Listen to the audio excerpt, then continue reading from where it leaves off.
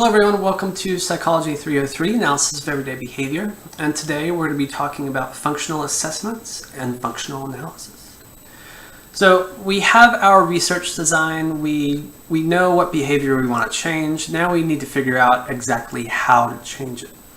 And before we actually figure out what specific intervention we want to use, it's very ideal to use a functional assessment or functional analysis to better understand why you are behaving the way you're behaving or not behaving the way you aren't behaving in the first place. So a behavioral assessment allows us to better understand these behaviors that we want to increase or decrease, and will ultimately give us specific ways in which we can change behavior. So maybe we're interested in watching fewer hours of Netflix. Why is it that we watch Netflix in the first place? What is it that's reinforcing this behavior? Or maybe we want to increase the amount of time we work out. Why do we not work out? What is it that's reinforcing the fact that we actually don't end up working out? Why is it that we sit at home instead of actually going to the gym? So a functional assessment allows us to obviously identify the specific behavior and define the behavior that we want to change, but it also gives us insight into the antecedents of that behavior. In what situations is the behavior more or less likely? And also identify the consequences of the behavior. What is it that's reinforcing that behavior or punishing that specific behavior? So let's take an example. Again, I have a daughter who's a year and a half, about Olivia, and as is the case with most children, they want your attention. They want to interact with you, and they want you to watch what they're doing. So oftentimes Olivia will kind of be doing something, want to get mom's attention or dad's attention, but we're not paying attention necessarily. We might be busy doing something else, maybe cooking dinner. And so Olivia gets annoyed that she doesn't have our attention, and so she starts kicking and screaming and throwing a fit. Well, when our child screams, we tend to pay attention to the child. So we end up giving her attention after she kicks and screams. So what that actually ends up doing is it reinforces this negative behavior that we don't really want, this kind of kicking and screaming. So the functional assessment allows us to figure out, all right, why is it that Olivia is kicking and screaming in the first place? What preceded this behavior? And what is reinforcing this behavior? Why is Olivia all of a sudden kicking and screaming all the time? Well, it's because we're giving her attention. So part of what functional assessment and functional analysis, especially functional analysis, does, it allows us to have an understanding of what's exactly going on, and then it allows us to figure out, all right, we have this problematic behavior that we want to get rid of. What is a different behavior that we're interested in, maybe substituting for it? So instead of kicking and screaming, maybe we want Olivia to politely say, hey mommy, will you look at this? Or hey, watch me, rather than throwing a fit.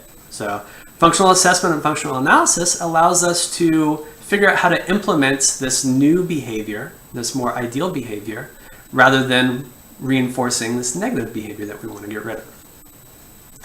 So that's one piece of the puzzle. So kind of identifying alternative behaviors that could substitute for this target behavior that maybe we want to get rid of. So instead of smoking, using Nicorette gum might be more just as effective. It can identify motivational variables, that is increasing the behavior or maybe decreasing the behavior. While we see that this individual is studying all of a sudden, why is that? Oh, it's because they have a test, or maybe it's because they're about to be on a game show. How can we use that information to increase this studying behavior?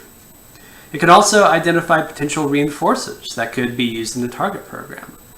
How could we, again, I don't want to use the term reward because that's something different, but how can we reinforce specific behaviors to increase them? Maybe a smile or positive encouragement will increase donating money. So if you've been to the store during Christmas, they have the Salvation Army buckets. People are more likely to donate or increase donating if they get this kind of positive smile or feeling of warmth from the person after donating. And it can also identify or kind of give people a better understanding of maybe previous interventions that a person's used, but maybe weren't very effective. So when we use functional assessment and functional analysis, one of the prime tenets that we want to focus on is reinforcement. We'll get into the details of reinforcement in a couple of weeks, but we can have both positive and negative reinforcement, and we can have social or automatic reinforcement. Social positive reinforcement is when the behavior is more likely to increase based on what someone else does for you, maybe gives you attention, etc. Social negative reinforcement is when a behavior is increasing because you're taking away something bad, maybe taking away the veggies that you don't want to eat for dinner. That increases a specific behavior. Automatic positive reinforcement and automatic negative reinforcement is when these things happen not due to what someone else is doing, but they happen relatively automatically. So maybe you perform a specific behavior, you bite your nails because it actually feels good. You get this kind of automatic feeling. Or maybe some negative aspect is terminated automatically. Maybe when you bite your nails, stress goes away. It's not that someone is making stress go away, but it kind of happens automatically. So what are some of the different techniques that we can use to actually conduct a functional assessment? We can use indirect methods. This is simply asking a person about their behavior, the antecedents or the consequences of the behavior, maybe interview them directly, maybe give them a questionnaire. This is by far the most common technique used. And basically you want to get as much detailed information as possible. You don't want to make inferences or assumptions about what another person is thinking or the motivations that they have. But once you have enough information about the antecedents, the consequences, the behavior itself, then you can actually develop a hypothesis and hopefully develop an intervention plan that you can actually utilize. So this is really quick and easy to do. You don't have to use any observation. But again, as we talked about with some of these indirect methods in terms of observing behavior, it relies on the person's memory of the event. So the memory could be biased, it could be unreliable. And ideally, indirect methods are useful, but they're most useful in tandem with more direct methods. Direct observation is more reliable, more precise than more indirect methods. That would be kind of observing and recording the behavior within the context with which it occurs. So ideally, you want to observe this behavior in the context where you know the behavior is going to happen. Maybe a stressful situation if you're focusing on nail biting. Or you know that a person only drinks soft drinks or sodas at a specific location, maybe in the classroom or on campus. So you would observe them there, not necessarily at home. The observer could be the client themselves. We talked a little bit about self-monitoring earlier. Or it could be, most ideally, another person, especially most ideally an expert who is trained to actually easily observe and pick up on every instance of a behavior.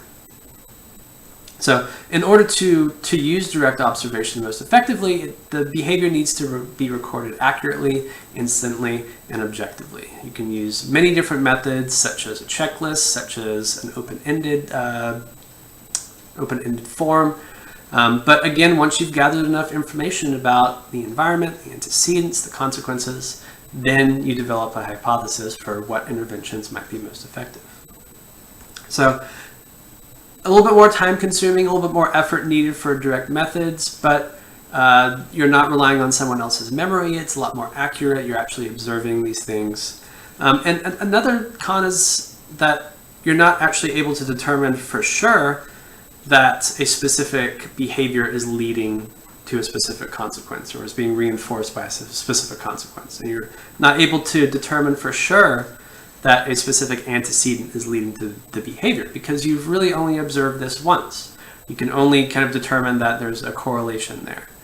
You haven't manipulated anything. You haven't experimentally examined anything. And that's why using these more experimental methods allows us to shift from a functional assessment to a functional analysis. And with experimental methods, we can actually determine whether or not there is a functional relationship between, say, for example, an antecedent and a behavior, or between a behavior and a consequence. So you may know someone who you might say only smokes when they drinks. Well, we can actually directly manipulate the situation to see if this is the case. We can give the individual shots of tequila. I don't know why you would want to do that, but you could, and then see if they smoke. And then at another time, you can not give them shots of tequila and see if they smoke. Again, manipulating to see if there's a contingency there. You could also manipulate the possible consequence that reinforces smoking. Maybe the person smokes and continues to smoke because every time they smoke, they have a lot of cool people come up to them because obviously smoking is cool. Smoking's not cool.